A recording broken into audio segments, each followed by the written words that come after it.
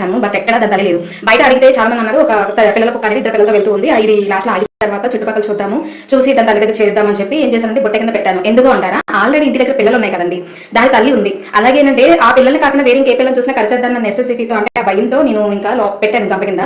సరే తల్లి వచ్చినప్పుడు ఏం చేశానంటే సైలెంట్ గా తల్లి దగ్గర వేసానండి. వాటితో పాటు ఇది కూడా పాలు తాగింది. అమ్మయ్య పాలు తాగిందిలే, ఇది కూడా ఆ పిల్లలతో పాటు కలిపేసుకుంటారులే, బాగానే చూసుకుంటుంది అనుకున్నానండి. దట్ నెక్స్ట్ డే అది నైట్ టైం వచ్చింది కదా, అదంత అబ్జర్వ్ చేయలేదన్నమాట.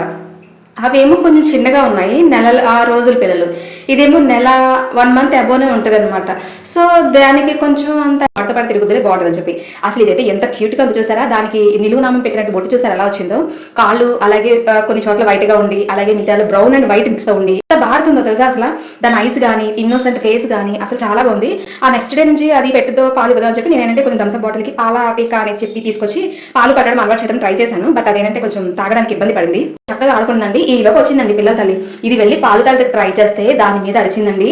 అసలు నేనైతే కలిసేసుద్దేమో నుంచి భయపడ్డాను. దానికి అర్థమైపోయింది అనమాట. అంటే ఇది బలాడం చూసారా, సెకండ్ ఇవ్వడం ఆడడం అసలు బాగుంది. నేను ఏంటంటే ఫిక్స్ అయిపోయాను అనమాట, ఇది ఉంచేసుకున్నాం పెంచుకుందాం అని చెప్పి చాలా లైక్ చేశాను.